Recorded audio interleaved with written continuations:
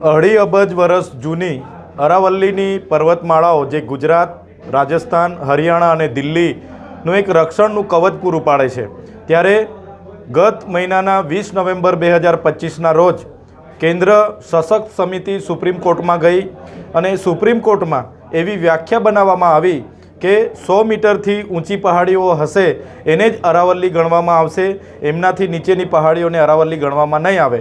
બીજું સુપ્રીમ કોર્ટે ટાંકીને કીધું છે કે 500 મીટર બે પહાડીઓની વચ્ચેનું અંતર હશે તો એમને પણ અરાવલ્લીઓની ગણનામાં નહીં આવશે, એને વન તરીકેની ગણનામાં નહીં આવશે।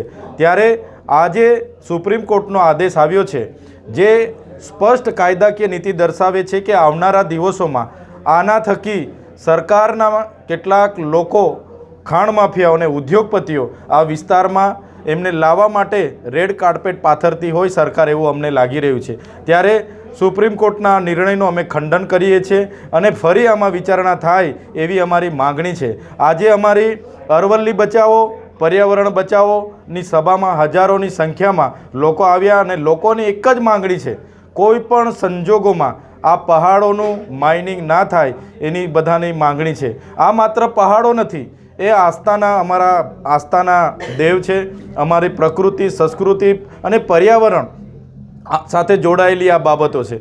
સાથે સાથે એમાં ખનન થવાથી આવનારા દિવસોમાં પાણીનું સ્તર નીચું જશે।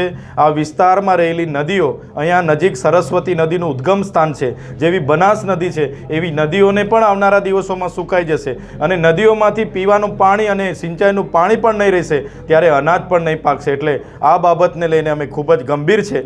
સરકાર આમાં સત્વરે નિર્ણય લે અને એમના નિર્ણયનું ખંડન કરે એવી અમારી માગણી છે। આવનારા દિવસોમાં રાજસ્થાન, હરિયાણા અને દિલ્હી અને ગુજરાતના અમે બધા જ લોકો અમને જરૂર લાગશે। શરૂઆતમાં ગાંધીનગરની કૂચ કરીશું અને પછી પણ સરકાર નિર્ણય નથી લેતી, આવનારા દિવસોમાં દિલ્હીની કૂચ કરવા માટે પણ આજે અમે નક્કી કર્યું છે। ધન્યવાદ।